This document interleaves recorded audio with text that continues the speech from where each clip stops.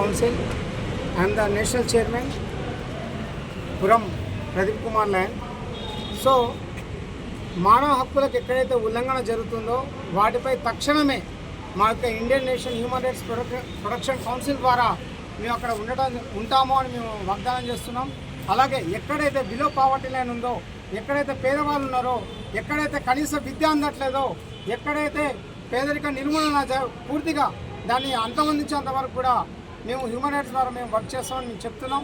అలాగే ఎక్కడైనా కూడా ఎడ్యుకేషన్ ఈరోజు చాలామంది కూడా పేద విద్యార్థులకు కూడా అందని పుల్లని ద్రాక్ష వంటిగా ఉంది కాబట్టి ఆ ఎడ్యుకేషన్ కూడా ప్రతి పేద విద్యార్థికి వచ్చే విధంగా నేను 100% మా హ్యూమన్ రైట్స్ ద్వారా, మా సంస్థ ద్వారా, మాకున్నటువంటి మా స్టేట్ చైర్మన్, మా డైరెక్టర్ గారు అయినటువంటి సిద్ధు గారి ఆదేశాల మేరకు మేమందరం కూడా తూచి తప్పకుండా అందరికీ అందుబాటులో ఉచిత విద్య అందే విధంగా కూడా మేము ఫైట్ చేస్తాం. అలాగే వీటితో పాటు ఇప్పుడున్న సామాజిక మాధ్యమాల్లో ప్రస్తుతం గాంజా, ఈరోజు ముఖ్యంగా యువత గంజాయిని ఎక్కువగా తీసుకోవడం జరుగుతుంది. మరి పోలీస్ ప్రభుత్వ ఉన్నతాధికారులు కూడా దీనిపై ఉక్కుపాదం మోకాలని కూడా నేను తెలియపరుస్తున్నా. కేవలం ఎక్కువగా ఈ గాంజాకి కూడా విద్యార్థులే కావడం అనేది గమనార్హం. కాబట్టి ఇటు విషయాన్ని కూడా ప్రభుత్వాలు కూడా చొరవ తీసుకోవాలి.